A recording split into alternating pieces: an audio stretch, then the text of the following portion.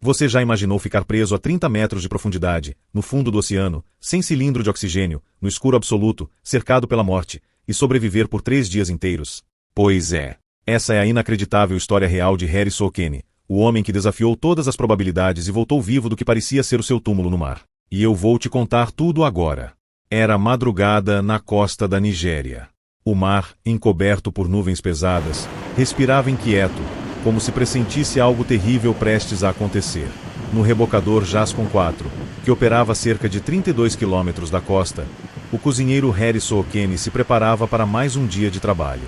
Era 26 de maio de 2013. O navio, pertencente à empresa West African Ventures, estava em missão de apoio às plataformas de petróleo, uma rotina comum, apesar do clima instável naquela manhã. 12 homens compunham a tripulação.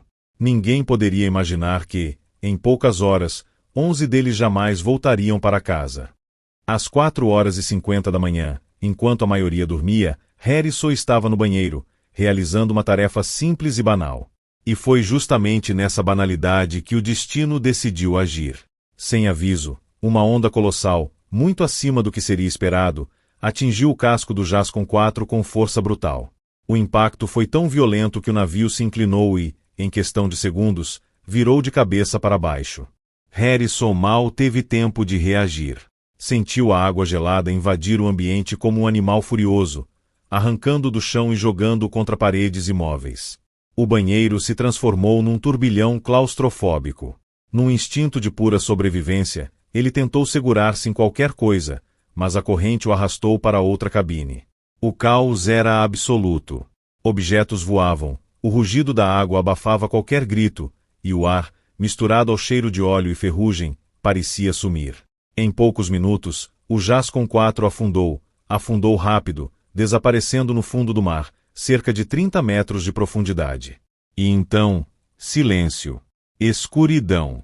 Harrison, desorientado, percebeu que estava preso em um pequeno compartimento onde, milagrosamente, uma bolha de ar havia se formado. Uma chance ínfima. Uma fração de esperança no meio do nada. Se você já está achando essa história surpreendente, prepare-se. O que vem a seguir é ainda mais inacreditável. E aproveita. Já deixa o seu like e se inscreve para não perder histórias reais tão intensas como essa. A partir daí, começou uma das histórias de sobrevivência mais improváveis já registradas. Harrison sabia que aquela quantidade de ar não duraria para sempre. Qualquer movimento brusco, qualquer gasto desnecessário de energia, e ele consumiria oxigênio mais rápido. Para boiar e evitar o cansaço, arrancou um pedaço de um colchão e o usou como improvisado flutuador. Encontrou uma pequena lanterna solar e a usou para criar algum ponto de luz na escuridão absoluta. Para matar a sede e a fome, encontrou garrafas de refrigerante e alguns restos de comida. Tudo o que tinha estava ali, dentro daquele universo metálico e frio. Mas o frio era um inimigo quase tão cruel quanto a falta de ar. No fundo do mar, a temperatura variava entre 5 e 10 graus Celsius. Seus dentes batiam sem controle. O corpo tremia tanto que parecia querer desistir antes da mente. No escuro, ele ouvia sons metálicos do casco, o estalar de estrutura sob pressão e, mais perturbador, o silêncio pesado que denunciava que outros homens estavam mortos ali perto. O cheiro de óleo se misturava ao odor da morte. Harrison rezava. Rezava muito. E, em suas palavras, já acreditava que não sairia dali vivo. O tempo passou. 1 hora. 10 horas. 2 dias inteiros. Harrison não sabia exatamente quantas horas haviam se passado, apenas sentia o corpo cada vez mais fraco.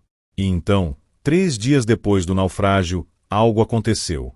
Mergulhadores da DCN Diving haviam chegado ao local para recuperar corpos. Ninguém, absolutamente ninguém, esperava encontrar sobreviventes. Um dos mergulhadores nadava pelos destroços quando ouviu algo incomum, batidas metálicas vindas de dentro do navio. Ele se aproximou, e para seu espanto, viu uma mão emergir da água. Não era o corpo sem vida que ele esperava encontrar.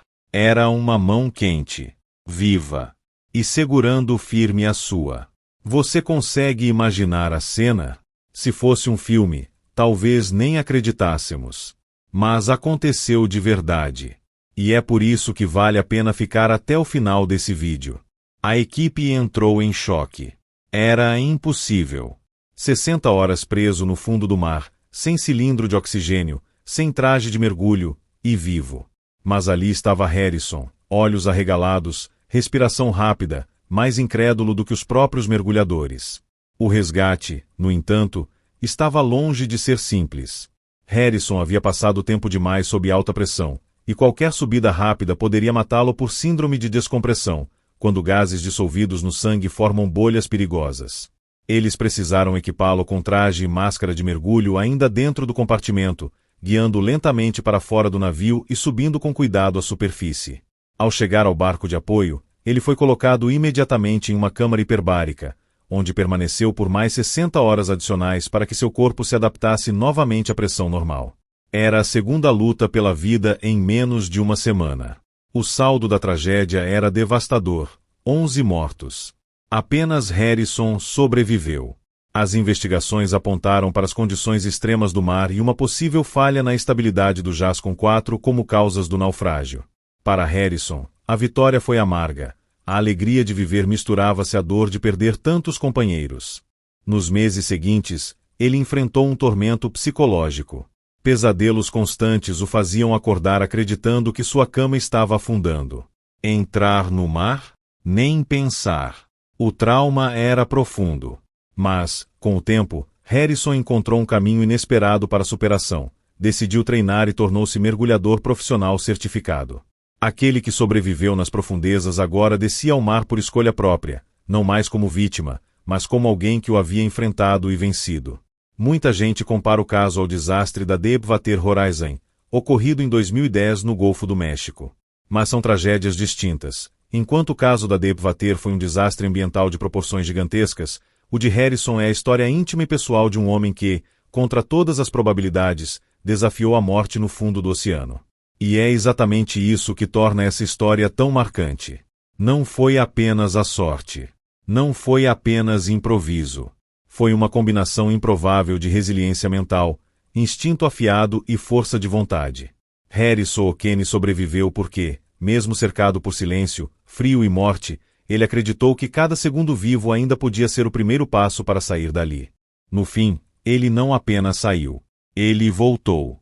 E sua história, hoje, ecoa como um lembrete de que a vida, por mais frágil que pareça, pode encontrar um jeito de resistir, mesmo nas profundezas mais sombrias. Se você ficou impressionado com essa história tanto quanto eu, não se esqueça de deixar o seu like e se inscrever no canal para conhecer outras histórias reais que mostram até onde o espírito humano pode ir para sobreviver.